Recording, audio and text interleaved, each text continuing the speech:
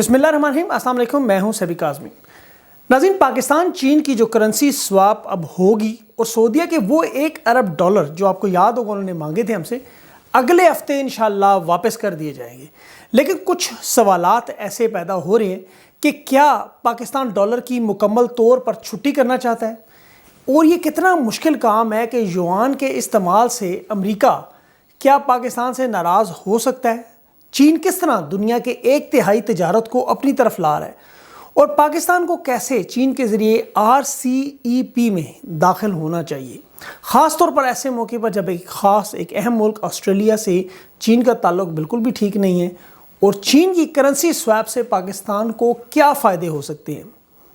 تو یہ ساری باتیں میں آپ کو بتاتا ہوں۔ پاکستان چین کرنسی سواپ کے لیے بالکل تیار ہے، اور پاکستان کو پیسے چاہیے کہ اگلے ہفتے ہم نے سعودیہ کے $1 ارب واپس کرنے ہیں،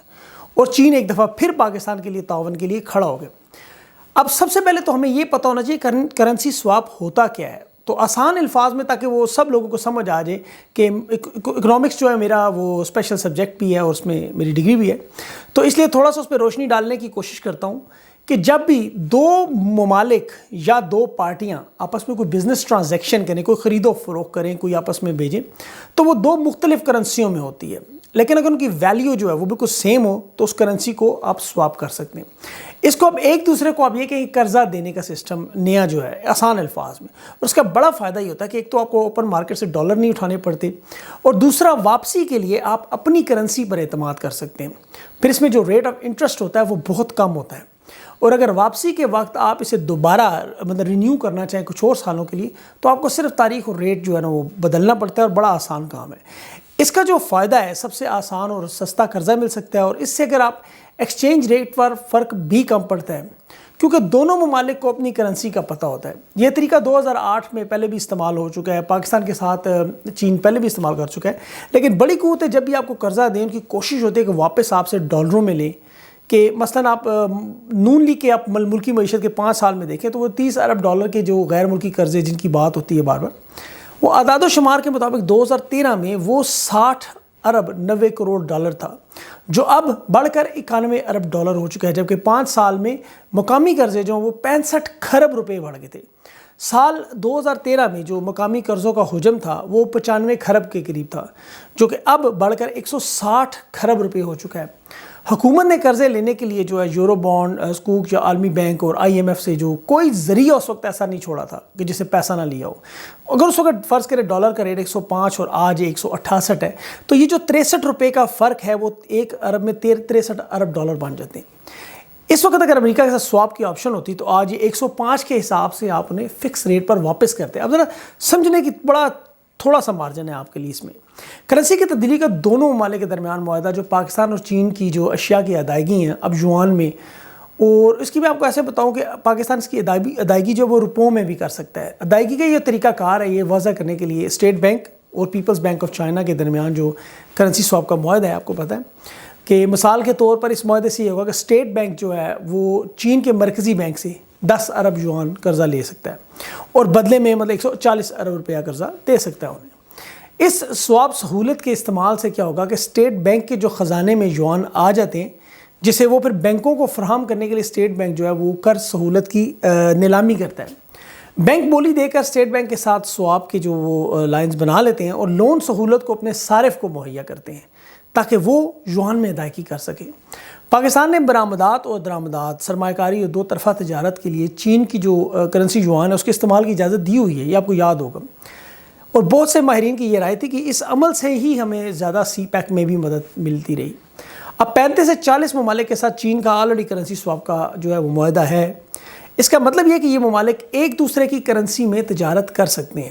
چین اور پاکستان اس طرح کے جو معاہدے ہیں وہ 2012 میں انہوں نے دستخط کیے تھے، جب CPEC کا منصوبہ شروع ہوا تھا۔ تو چین اور پاکستان کے درمیان جو تجارت کا حجم ہے اس میں کافی اضافہ بھی دیکھنے میں آیا، اور جب یہ بہت زیادہ بڑھا تو پھر چین اور پاکستان کی تجارت ڈالر کی بجائے یوان میں کرنے کی کوشش کی۔ آپ کو پتہ ہے چین اور امریکہ کے تعلقات بھی، چین پاکستان سے کوئی 1.8 ارب کی چیزیں خریدتا ہے، اور پاکستان ان سے کوئی لگ بھگ 11 ارب کی مالیت کی چیزیں خریدتا ہے۔ اب یہ جو اتنا بڑا فرق ہے، یہ مزید چینج بھی ہو گیا ہوگا، کافی ساری تبدیلیاں آئی ہیں، تو اس میں آپ دیکھیں کرنسی سواپ سے کیا ہوتا ہے، اس عمل سے مستقبل میں پاکستان میں ڈالر کی جو مانگ ہے وہ کم ہو جائے گی۔ پھر وہ فرق کم ہوگا. وہ چین اور روس بھی ابھی یوان میں تجارت کرتے ہیں. اس وقت 40 سے 50% تجارت جو ہے یوان میں ہو رہی ہے, اور وقت کے ساتھ ساتھ جو تجارت یوان میں ہو رہی ہے مستقبل میں, اس کے لیے عالمی سطح پر ڈالر کی مانگ میں شدید کمی آئی ہے. چین کی کرنسی کا شمار اب انٹرنیشنل ریزرو کرنسیز میں ہوتا ہے, آپ کو ریزرو کے طور پر. قبل ازیں جو آپ کو یاد ہوگا IMF نے برطانوی پاؤنڈ, جاپانی ین, امریکن ڈالر اور یورو کو اس میں رکھا ہوا تھا, تاہم اب اس میں یوان بھی شامل ہے. اور جن ملکوں کو ڈالر کی وجہ سے جو اکنامیکل پریشر ہوتا تھا, اقتصادی دباؤ ہوتا تھا, اب چینی کرنسی یوان میں تجارت کر سکتے ہیں. حکومت پاکستان جو ہے وہ اس عمل کے ذریعے پاکستان اور چائنا کے درمیان جو ہے وہ سرمایہ کاری جو بڑھانا چاہ رہی ہے تجارت. اور اس وقت آپ کو پتہ ہے ان کی جو مشترکہ تجارت اور سرمایہ کاری دیکھیں تو تقریباً وہ 14 ارب ڈالر کے قریب شاید ہو رہی ہوگی, اور اس میں سے صرف 2 طرفہ جو تجارت ہے وہ 12.2 ارب ڈالر ہے. چین چونکہ پاکستان کا ایک بڑا تجارتی پارٹنر بھی ہے, اور سی پیک میں آپ دیکھیں کہ زیادہ سرمایہ کاری بھی چائنا کی ہے. تو اس 2 طرفہ تجارتی حجم سے اور پاکستان میں جو غیر ملکی زر مبادلہ ہے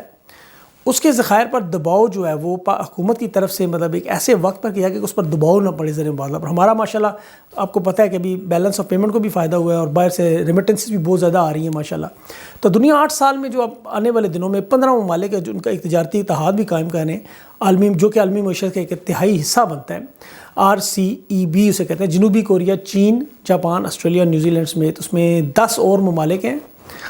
ان کے نام اب چلیں میں بعد میں دیکھوں. 8 برس سے جو RCEP کے جو متعلق مذاکرات جاری تھے, اور آخر یہ جو ابھی انہوں نے اس کو ویتنام کی میزبانی میں وہاں ایک ان کا جو ایسوسیشن تھی وہاں پر ایک ورچوئل اجلاس ہوا, وہاں پر لوگوں نے دستخط کیے. اب اگر چین پاکستان کو کسی طرح اس معاہدے میں شامل کر لے, کیونکہ دیکھیں اس میں آپشن اس لیے کہ آسٹریلیا نکل جائے گا, انڈیا کے ساتھ بھی ان کے تعلقات بہتر نہیں ہیں, تو آسٹریلیا یہاں سے ہو سکتا ہے اس معاہدے سے نکل جائے مستقبل میں, اور پھر یہ گیپ جو بنے گا یہاں پر ایک بہت بڑا بریک تھرو ہوگا کہ اگر پاکستان اس معاہدے میں کسی طرح ریجنل گزرتا ہے. کیونکہ اس میں سب سے بڑا فائدہ یہ کہ اس ملک کی جو اپنی آپ کی خالص بنی ہوئی چیزیں ہیں, بجائے کہ آپ کسی اور ملک کے مثلا کوئی پارٹس ملا کے کوئی چیز بنائیں, ریسیمبل کریں, یا اس کو آدھا وہاں بنی آدھی ادھر بنی, اس طرح کی ہو. پاکستان میں آپ کو پتہ ہے زیادہ تر حالی چیزیں وہاں پہ اپنی ذاتی بنتی ہیں, جو چیزیں بنتی ہیں ان کی پھر ٹریڈ ٹیرف اس میں کم ہو جائیں گے, خرچے کم ہو جائیں گے, اور آپ کو وہاں سے پیسے زیادہ ملیں گے. میں باسمتی چاول پر آپ کو یاد ہے کہ میں نے بھی ریسنٹلی ایک ویڈیو بھی کی کہ وہ کس طرح باسمتی چاول کی لڑائی شروع ہو رہی ہے. اس میں بالکل ایسا ہی ہے کہ دنیا بھر میں آپ کو پتہ ہے کہ انٹلیکچوئل رائٹس ہیں, یہاں پہ بھی اس معاہدے میں بھی یہی سٹوری ہے کہ ایسا نہیں کہ آپ نے خام مال یہاں سے لیا, ٹریڈ کے لوگ وہاں سے لیے, پارٹس وہاں سے لیے, پھر آپ نے کچھ چیز اسمبل کر کے بنا کے آپ نے بیچ دی, تو اس پہ آپ کو ٹیرف لگے گا, اس پہ آپ کو پابندیاں بھی اس پہ آپ کو خرچے جو ان کے ہوں گے ممالک کے وہ سارے آپ سے اتنے ہی وصول کریں گے. لیکن اگر آپ نے کوئی چیز جینونلی اپنے ملک میں بنائی ہے, وہ آپ کی اپنی ہے, میڈ ان پاکستان, تو اس پر کوئی ٹیرف نہیں لگے. تو اس طرح کے معاہدوں میں اگر پاکستان شامل ہو جائے, اوپر سے کرنسی سواپ ہو جائے, تو یہ چین کا پاکستان کے لیے ایک بہت بڑا تحفہ ہے میرے خیال میں, کہ آنے والے وقتوں میں آپ کو پتہ ہے ایک بڑی مضبوط کرنسی ہے. لیکن اس سے ایک نقصان ہی ہو سکتا ہے کہ امریکہ کو ظاہر ناراضگی ہوگی کہ آپ امریکن ڈالر کو امریکن ڈالر آپ کو پتہ ہے سب سے بڑی اس وقت کموڈٹی ان کے ذہن میں ہے. اگر آپ امریکن ڈالر کو نیچے کرنے کی کوشش کریں گے اور اس طرح کے تعاون میں کریں گے, تو پھر آپ یقیناً ان کے سامنے بھی آئیں گے. آپ کو یاد ہوگا کہ جب ایک دفعہ کینیڈی لڑکھڑائے تھے تو ڈالر لڑکھڑا گیا تھا, تو اب آپ ڈائریکٹ ڈالر پر ایک قسم کا حملہ کر رہے ہیں, اس کو سواپ کر رہے ہیں, یوان سے چینج کر رہے ہیں, تو پھر آپ کے اوپر بھی حملے ہوں گے. اب آپ کو پھر ان حملوں کے لیے بھی تیار رہنا ہوگا. آپ تجارت بڑھائیں گے, اپنی معیشت ٹھیک کریں گے, لیکن آپ باقی اینگل سے اپنی سیکیورٹی کو بھی نہیں بھول سکتے. تو وہاں پر آپ کو جو ہے نا چاقو چوبند رہنا ہوگا, کیونکہ آپ جب اتنے بڑے لیول پر ایک بڑے ملک کے ساتھ مل کر اتنے بڑے لیول پر آپ چینجز کرتے ہیں, تو پھر اندرون خانہ پھر بہت سارے چینجز پھر